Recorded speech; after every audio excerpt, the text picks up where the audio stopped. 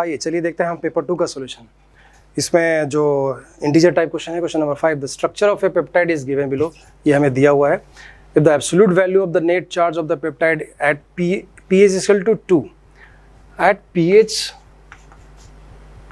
2 पर जो वैल्यू हमसे पूछा जा रहा है, तो pH इक्वल टू 2 पर जो वैल्यू है वो Z1 है, और उसका वैल्यू क्या होगा, pH equal to 2 is highly acidic, और उस समय क्या होगा, ये NH2 जो होगा वो NH3 प्लस के फॉर्म में होगा एसिडिक मीडियम में, और ये NH2 जो होगा वो भी NH3 प्लस के फॉर्म में होगा।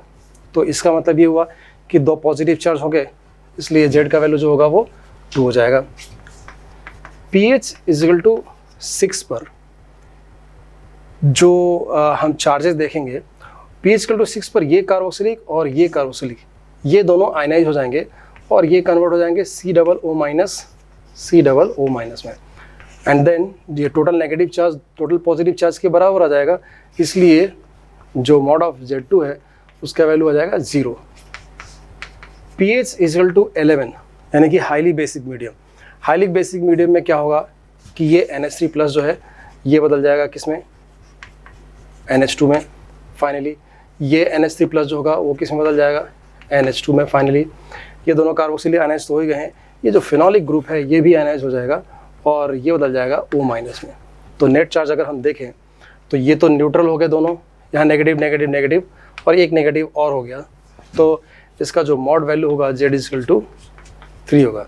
तो जो टोटल सम हमसे पूछा जा रहा है, total Z1 plus Z2 plus Z3, इसका जो वैल्यू होगा वो 5 हो जाएगा। ठीक है, चलिए अगला सवाल देखते हैं हम लोग, क्वेश्चन नंबर 6। अब हमारे सामने है क्वेश्चन नंबर 6, ये भी इंटीजर टाइप का क्वेश्चन है। क्या बताया जा रहा है इसमें कि एक कंपाउंड है C8H10O2, ठीक है, रोटेट्स प्लेन पोलराइज लाइट, यानी कि ये ऑप्टिकली एक्टिव है। ठीक है, उसके बाद क्या कहा है कि ये न्यूट्रल FeCl3 लेते हैं जब हम, तो न्यूट्रल FeCl3 जो होगा उसके सॉल्यूशन को जो पिंक कलर होता है वो प्रोड्यूस करता है, यानी कि ये पॉजिटिव टेस्ट हमको मिलता है। इससे हम रिजल्ट क्या निकालते हैं, इससे हम रिजल्ट ये निकालते हैं कि ये जो कंपाउंड है वो एक फिनॉलिक कंपाउंड है। अच्छा, अब इसके अंदर हमें क्या करना है, हम देखें कि इसके अंदर जो DU है, DU का वैल्यू कितना है, तो DU का वैल्यू कितना हो जाएगा, 8 + 1 9, 9 - 10/2 5 यानी कि 4। और क्योंकि ये फिनॉलिक है यानी कि एरोमेटिक है, तो जो इसमें जो DU 4 है वो चला जाएगा बेंजीन रिंग के अंदर। अब हमें स्ट्रक्चर डेवलप करने हैं, इसके पॉसिबल स्ट्रक्चर्स, और काउंट करने हैं कि what is the total number of all possible isomers for this compound. तो सभी आइसोमर्स जो कि ऑप्टिकली एक्टिव होंगे वो हमें फाइंड आउट करना है। तो एक तो फिनॉलिक के लिए आपको OH लगाना पड़ेगा, बाकी ऑप्टिकली एक्टिव हो सके इसके लिए हमें एक कार्बन पर 4 डिफरेंट ग्रुप लेने पड़ेंगे मॉलिक्यूलर फॉर्मूला के हिसाब से, बाकी और कोई DU बचता नहीं है, 4 का 4 DU तो हमने यहाँ कंज्यूम कर दिया। तो इस तरीके से ये एक कार्बन का कंपाउंड और ये D+L मिलता है जो कि 2 हो जाएगा। अब इसकी पोजीशन अगर आप चेंज करते हैं तो ऑर्थो के बाद जो है ये मेटा पर पहुंच जाएगा। मेटा पर पहुंचकर ये आपको देगा दिस कंपाउंड, यहाँ भी एक कायरल सेंटर हो गया, ये हो गया D+L, इसका वैल्यू भी 2 हो जाएगा, टोटल हो गया 4 अब तक। और इसको जब हम पैरा पे पहुंचा देंगे तो ये भी एक कायरल कार्बन के साथ 2 प्रोडक्ट हो जाएंगे D+L। तो ये पॉसिबल आइसोमर्स जो सारे कंडीशंस को सेटिस्फाई करते हैं, तो टोटल इनकी संख्या जो होगी वो हो जाएगी 6। ठीक है, तो चलिए देखते हैं हम नेक्स्ट क्वेश्चन क्या है हमारा। हाँ, क्वेश्चन नंबर 11 जो कि एक मल्टीपल चॉइस क्वेश्चन है। इसमें 4 कंपाउंड दिए गए हैं और उनसे जुड़े हुए कुछ स्टेटमेंट्स हमें दिए गए हैं। जस्टिफाई करना है कौन सा सही है और कौन सा गलत है, हमें करेक्ट ऑप्शंस को चूज करना है। पहला ऑप्शन है the order of basicity is, तो बेसिसिटी का ऑर्डर हमें दिया हुआ है, तो हम सबसे पहले देखें कि हमारे हिसाब से बेसिसिटी का ऑर्डर क्या आता है। तो हम देख सकते हैं कि ये जो नाइट्रोजन है, this nitrogen is sp2 and delocalized, यहाँ भी जो नाइट्रोजन है वो भी sp2 एंड डीलोकलाइज है, पर ये 1 डिग्री का है और ये 3 डिग्री का है। यहाँ NH2 अगेन 1 डिग्री का है, sp2 डीलोकलाइज्ड है। इसके साथ साथ 3 नाइट्रो के ग्रुप लगे हुए हैं जो कि -m शो करते हैं, राइट। अच्छा, NH2 के ऑर्थो पर नाइट्रो ग्रुप लगे हैं, लेकिन NH2 में कोई SIR इफेक्ट जो होता है वो नहीं होता है। स्टीरिक इनहिबिशन ऑफ रेजोनेंस का इफेक्ट NH2 कहीं भी फील नहीं करता है किसी भी ग्रुप के साथ। लेकिन ये जो NCH3 होल ट्वाइस दिया हुआ है, ये जो होगा वो SIR फेस करेगा, और SIR फेस करने का मतलब ये है कि ये ग्रुप आउट ऑफ प्लेन जाएगा due to the presence of nitro groups at ortho positions. तो इसलिए ये जो डीलोकलाइजेशन है वो डीलोकलाइजेशन कम हो जाएगा या नहीं होगा। अब क्योंकि लोन पेयर डीलोकलाइज नहीं हो रहा है जो कि बाकी सभी जगह हो रहा था, तो जो मोस्ट बेसिक होगा वो मोस्ट बेसिक जो होगा वो कौन सा होगा, वो हो जाएगा 4। ठीक है, उसके बाद हमें इन तीनों में कंपेयर करना है। इनमें तो ये -m के 3 ग्रुप लगा दिए, इसलिए सबसे कम तो क्या होगा, सबसे कम हो जाएगा 3। अब बात करते हैं हम 1 और 2 की। तो 2 की बेसिक स्ट्रेंथ जो होगी वो ज़्यादा होगी एज कम्पेयर टू 1, क्योंकि यहाँ पे 2 मिथाइल लगे हैं, उसकी डिग्री 3 है, उनके प्लस आई कारण इसकी बेसिक स्ट्रेंथ ज़्यादा होगी। तो ए ऑप्शन तो जो होगा वो गलत हो गया, काट देते हैं हम। The magnitude of pKb difference between 1 and 2 is more than that of between 3 and 4। हमसे कहा जा रहा है कि इनके बीच का जो डिफरेंस है, इनके बीच से क्या है, बड़ा है या छोटा है? नहीं, बड़ा तो नहीं हो सकता है, ये डिफरेंस तो डेफिनेटली छोटा होगा, क्योंकि 3 और 4 एक्सट्रीम पर है, और इसलिए ये ऑप्शन जो है वो गलत है। Resonance effect is more in 3 than in 4। अगर हम 3 और 4 को कंपेयर करते हैं और रेजोनेंस इफेक्ट की बात कर रहे हैं, तो जाहिर सी बात है कि इसमें रेजोनेंस ज़्यादा होगा, क्योंकि NH2 हमेशा प्लेन में है, नाइट्रो ग्रुप भी प्लेन में है, यहाँ ऐसा ये कारण आउट ऑफ प्लेन जा रहे हैं हम लोग, इसलिए रेजोनेंस इफेक्ट जो होगा वो इसके अंदर 3 के अंदर ज़्यादा होगा। Steric effect makes compound 4 more basic than 3।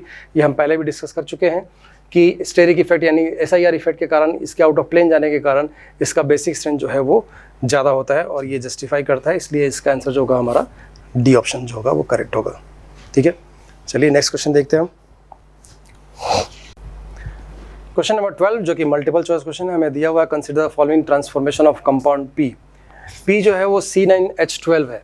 तो C9H12 है, तो यहाँ अगर हम DU देखें तो DU कितना होगा, 9 + 1 10 - 6 हो जाएगा, यानी कि 4। 4 DU हैं। इसके बाद ऑप्टिकली एक्टिव कंपाउंड है, 8 कार्बन है इसके अंदर, 9 से 8 कार्बन हुए हैं, इसका मतलब कि 1 कार्बन का लॉस हो गया है। इधर जो है कंपाउंड R ऑप्टिकली एक्टिव हमें मिल रहा है, और इसका जब हम कंप्लीट हाइड्रोजनेशन कराते हैं तो ये हमें स्केलेटन मिलता है। तो जाहिर सी बात है कि 1 DU तो अभी हमें यहाँ पे दिख रहा है क्योंकि कंपाउंड रिंग है, बाकी 3 DU और जो होंगे वो इसमें लगेंगे, यानी कि हमें यहाँ पे या तो 3 डबल बॉन्ड लगाने हैं या फिर 1 डबल बॉन्ड और 1 ट्रिपल बॉन्ड लगाना है। ट्रिपल बॉन्ड तो हम रिंग में लगा नहीं सकते कहीं पर, हमें 1 ट्रिपल बॉन्ड बाहर लगाना पड़ेगा, 1 डबल बॉन्ड अंदर लगाना पड़ेगा। क्यों? क्योंकि जैसा बताया जा रहा है कि 1 कार्बन का लॉस हो रहा है।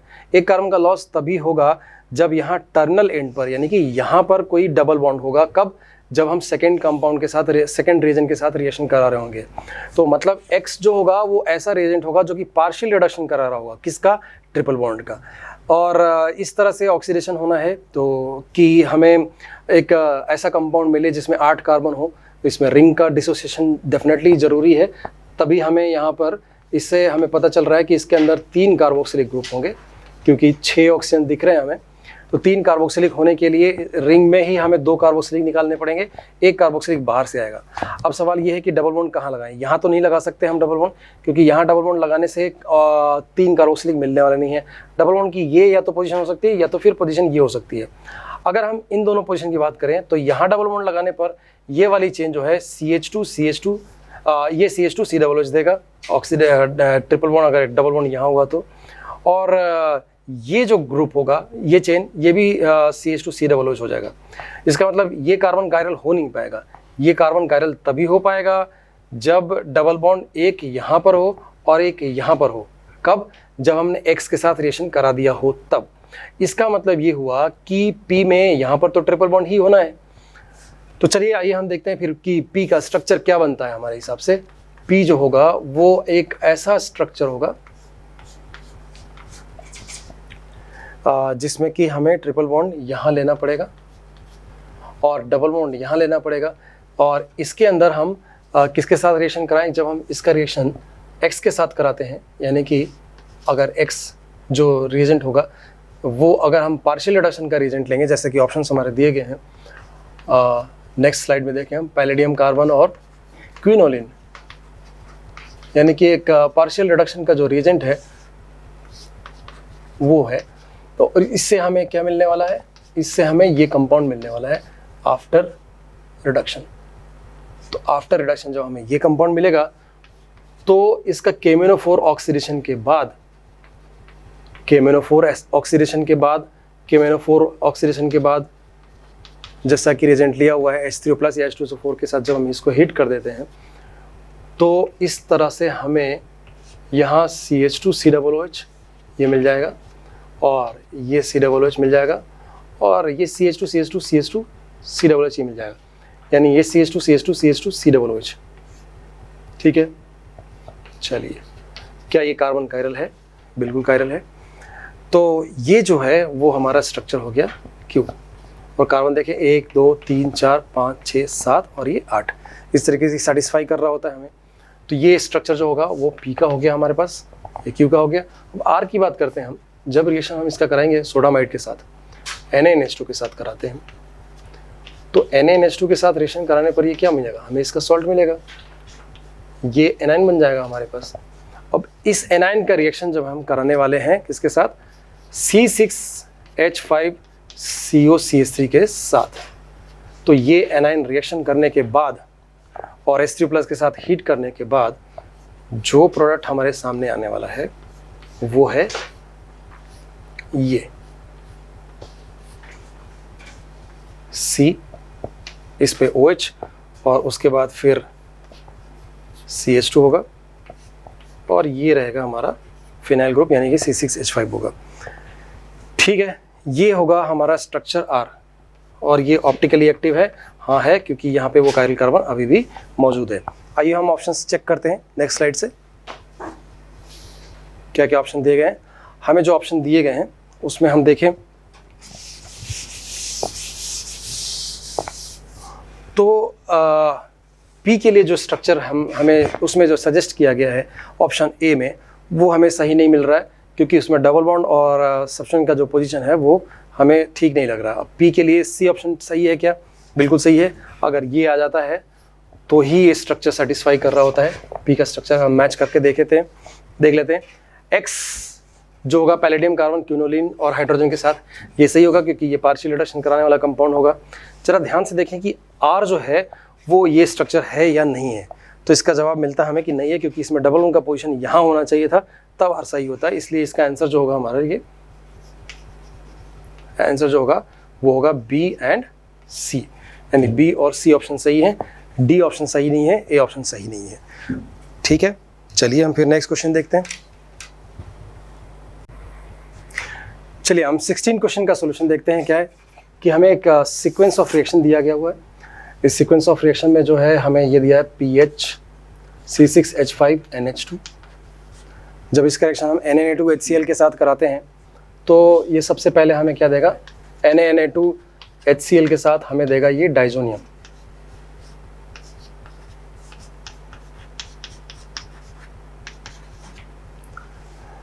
फिर हम इसका रिएक्शन कराते हैं बीटा नैप्थोल के साथ। बीटा नैप्थोल के साथ हम स्लाइटली जो बेसिक मीडियम लेते हैं उसमें हमें यहाँ इस पोजीशन पर सब्स्टिट्यूशन मिलेगा, और क्योंकि बेसिक मीडियम है इसलिए यहाँ पर OH होगा वो आयनाइज हमें फॉर्म में मिलेगा, जो कि फर्दर एसिडिफिकेशन कराने के बाद न्यूट्रलाइज हो जाता है। ओके, तो ये रहा O-। जब आप CH3COOH लेकर एसिडिफिकेशन कराते हैं H2 में, तो ये जो एनाइन है वो प्रोटोनेशन के बाद OH में कन्वर्ट कर जाता है। अच्छा, हम इसका मॉलिक्यूलर वेट अगर हम कैलकुलेट करें तो मॉलिक्यूलर फार्मूला जो है जो होगा वो हो जाएगा कि कितना, हमें यहाँ वैल्यू कैलकुलेट करना है। इसका वैल्यू आता है 93, क्योंकि मॉलिक्यूलर फार्मूला हो जाता है C6H7 और N। इसको हम कैलकुलेट कर सकते हैं। इसका जो मॉलिक्यूलर वेट होगा वो होगा 248, क्योंकि जो इसमें total number of carbon atoms हैं वो हो गए, इसका मॉलिक्यूलर जो फार्मूला आएगा वो हम कैलकुलेट करके देखें तो टोटल जो फार्मूला है C18H14 O2N2 एंड N2 ये आ रहा है।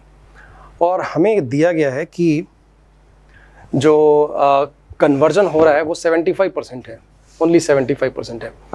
मास कितना लेने को कहा गया हमसे बोला गया है कि 9.3 ml लेना है हमें इस कंपाउंड P का, और उसका जो डेंसिटी है 1 ग्राम पर ml है। इसका मतलब ये हुआ कि mass of PHNH2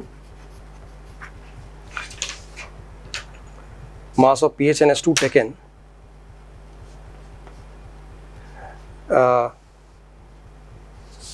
mass of PHNH2 taken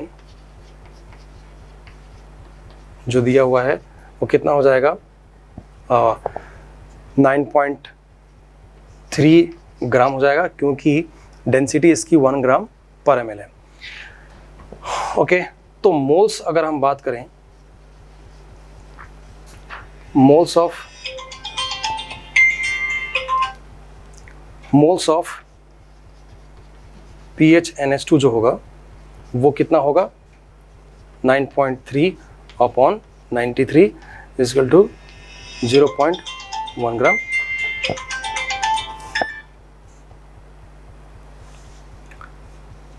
zero point 0.1 mole हो जाएगा। ठीक है, इसके बाद हाँ, तो हमने मोल्स ऑफ PHNH2 कैलकुलेट किया, 0.1 मोल आ रहा है। और हम देखते हैं कि एफिशिएंसी जो लिखा हुआ है इसमें प्रोडक्ट का यील्ड जो है 75% जो है, तो इसका मतलब ये हुआ कि जो मोल्स ऑफ फाइनल प्रोडक्ट जो होगा वो कितना होगा, 0.1 का 75%, दैट मीन्स 0.075 मोल्स। अब हमें मास दिया हुआ है इसका 248 दिया हुआ है, और 248 का हम 0.75 निकालेंगे तो जो मास ऑफ फाइनल प्रोडक्ट जो होगा वो होगा 248 into 0.075 and that is how much, 18.6, तो 18.60 हो जाएगा। ठीक है, चलिए, तो इस तरह से हमारे सारे सॉल्यूशंस जो हैं वो कंप्लीट होते हैं। All the best, good luck, I hope कि आप लोग अच्छा रिजल्ट्स ले आएंगे। Thank you very much.